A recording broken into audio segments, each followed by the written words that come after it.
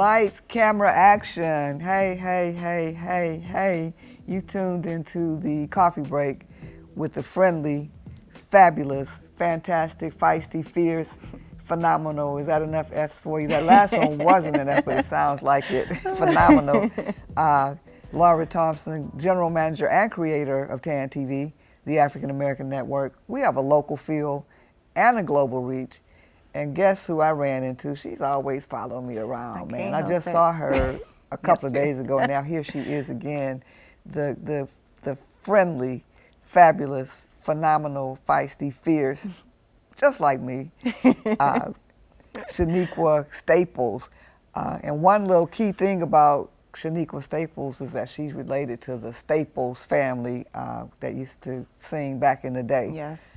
And so we're super excited about having her as a guest because she's got a lot of things going on that are helpful. Yes. So first of all, she's Shaniqua Staples, and she's got a lot of different things that she's doing. They're all connected, but they're kind of different. And so I want her to kind of briefly tell some of the things that she's doing.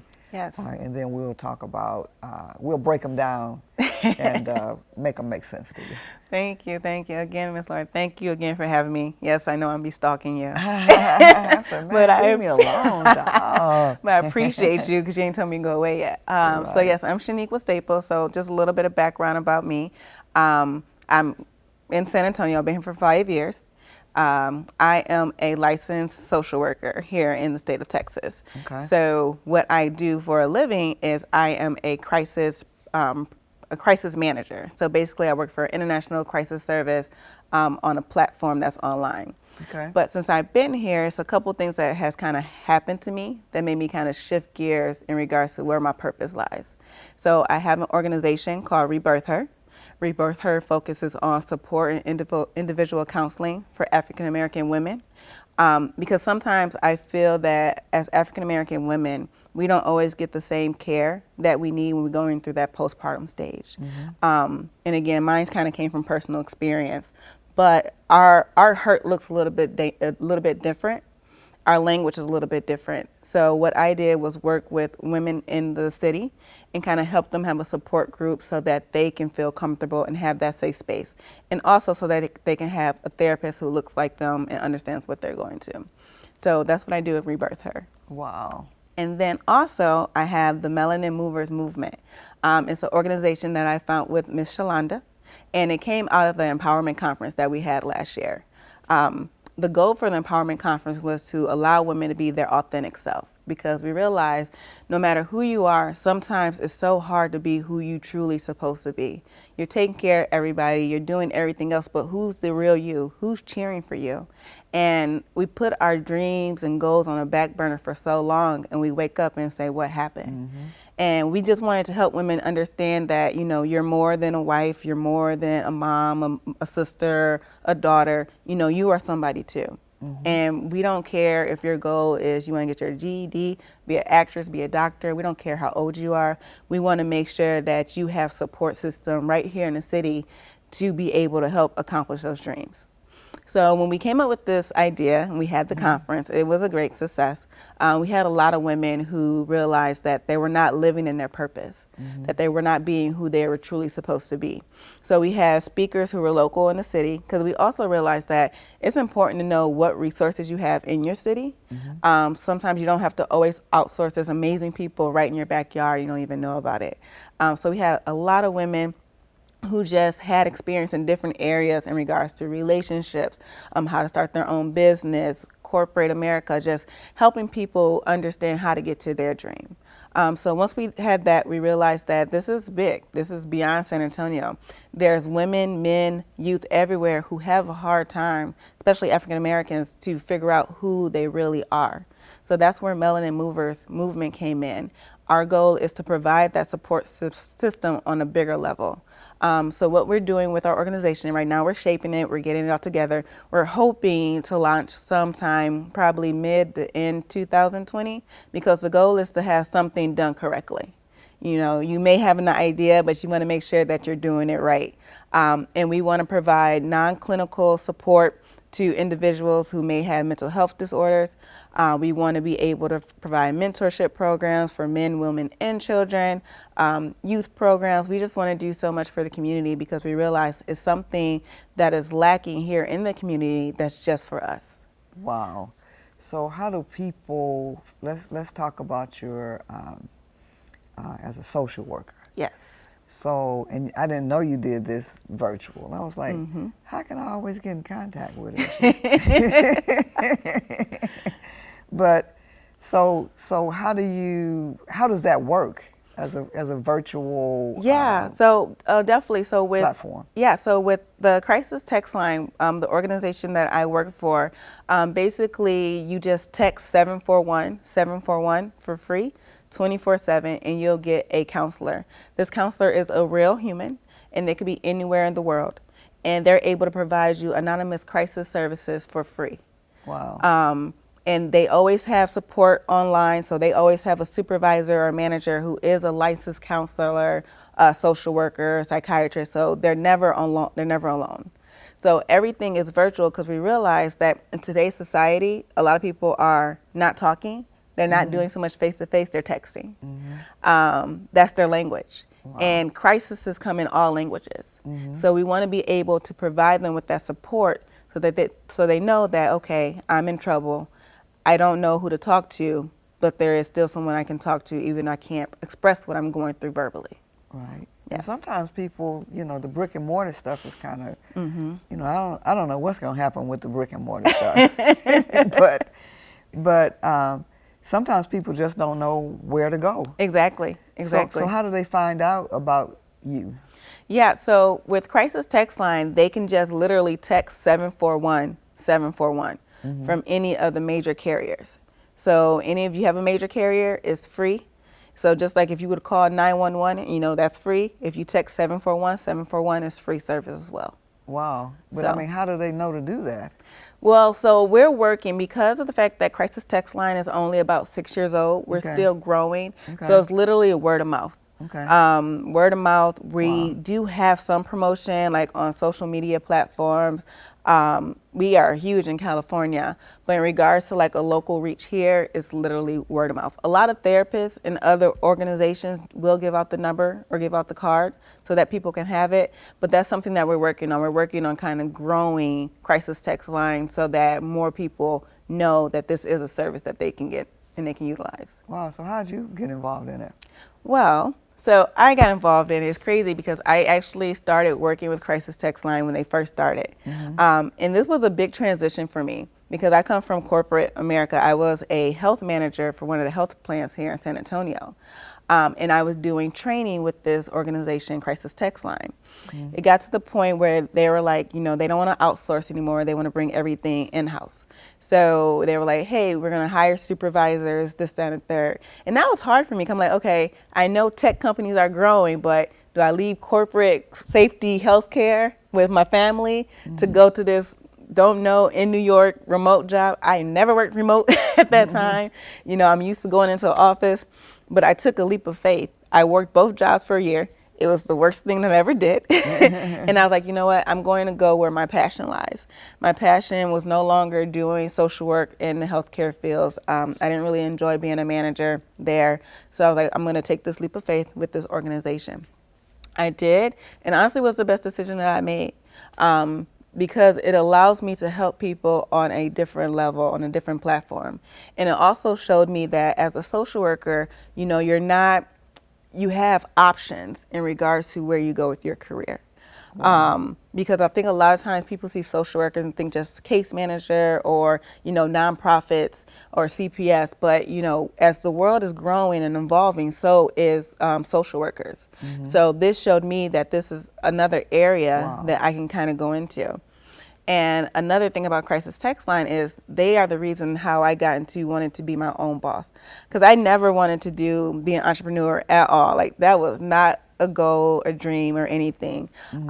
But I realized that, okay, you can have that leap of faith and do what's really meant for you to do. Because I realized I was telling people to be their authentic self, But I was not being my Right, authentic right. self at Practice all. what you Right, preach. exactly. I was telling people, take off your mask. You're doing too much. And I had like 50 hats on and 60 masks. Like, who was I? Hmm. So that's when I started Rebirth Her, because I realized that my passion was helping moms, was helping African American moms understand how to work the healthcare system when having a baby, that you have options, that you don't have to do this alone. Wow, so now she switched a Oh little yeah, bit. switch She's it up gone on you. from her virtual social work, which is kind of connected, Yes. but she's now going to her organization Yes. that she founded Yes. to help support women with postpartum. Yes, with postpartum. Yes. Okay. Yes, I'm switching to rebirther.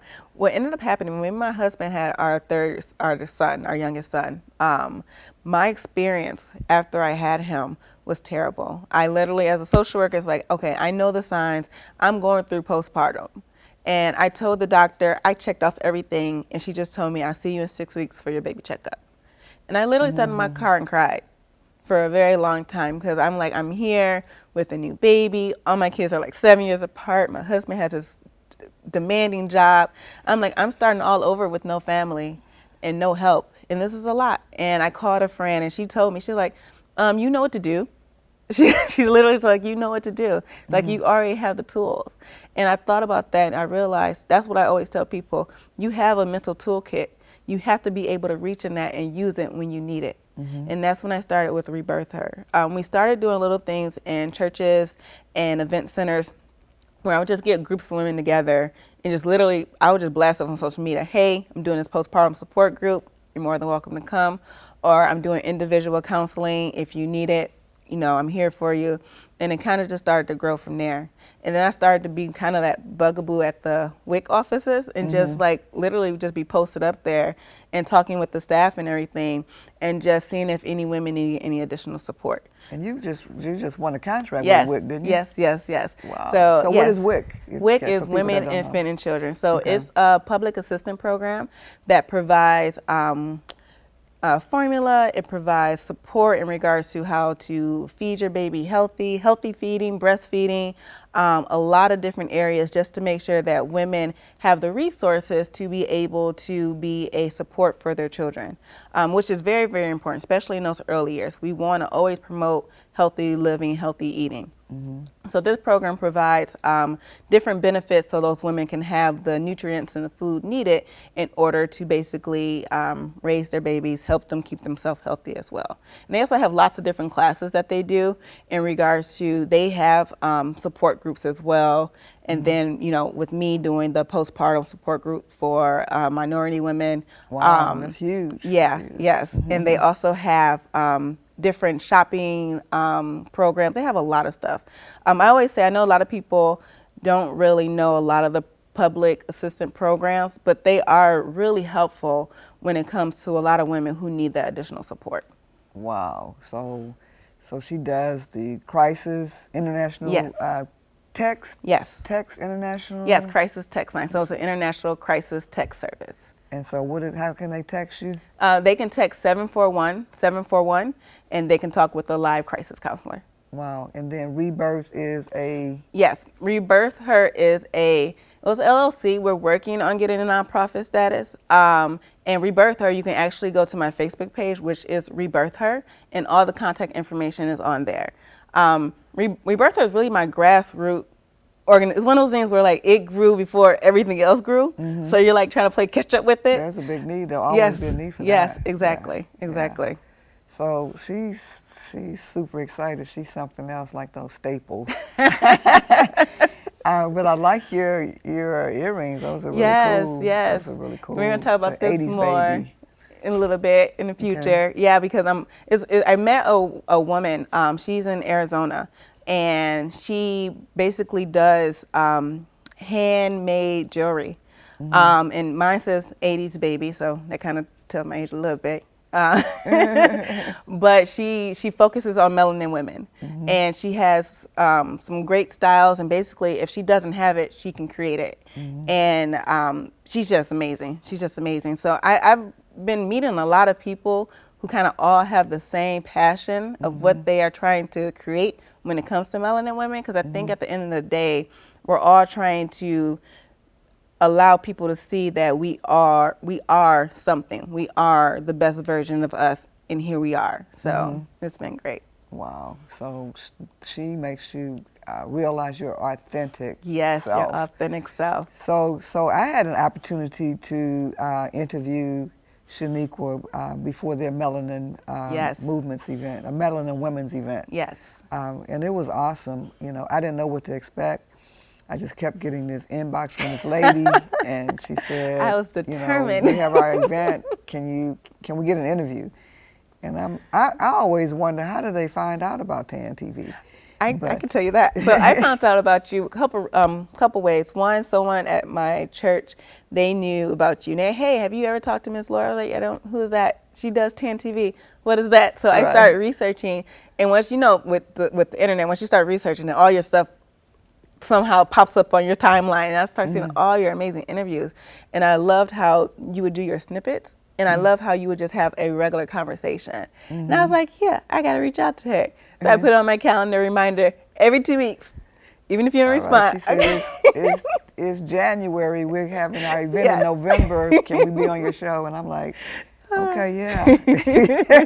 I said, if she does that one more time, yes, I'm going to let her come on. Yeah, and I did. And so, and they came on the coffee break and got over 4,000 views. Yes. We chopped up their interview, and a portion of it, apparently people were very, very interested in what they were talking about.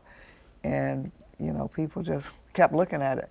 And so it's a great organization. I had an opportunity to just sit kind of at the front door on the side and watch people come in and feel the energy coming in along with the women coming in. They had cool Melanin women T-shirts. And, you know, all of the women wore their shirts that worked with the organization. Yes. And, you know, they had some great speakers and really, really young professional entrepreneurs and professionals. Yes.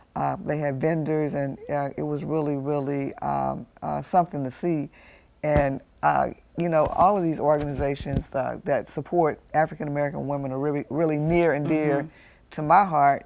And so I think it's my social responsibility to you know, help get the word out about it and to help support it. And so so what else? I know you got something else up your sleeve. Yes, I do. I do. She does. So because of the conference, again, that's how Melanin Movers Movement became an organization.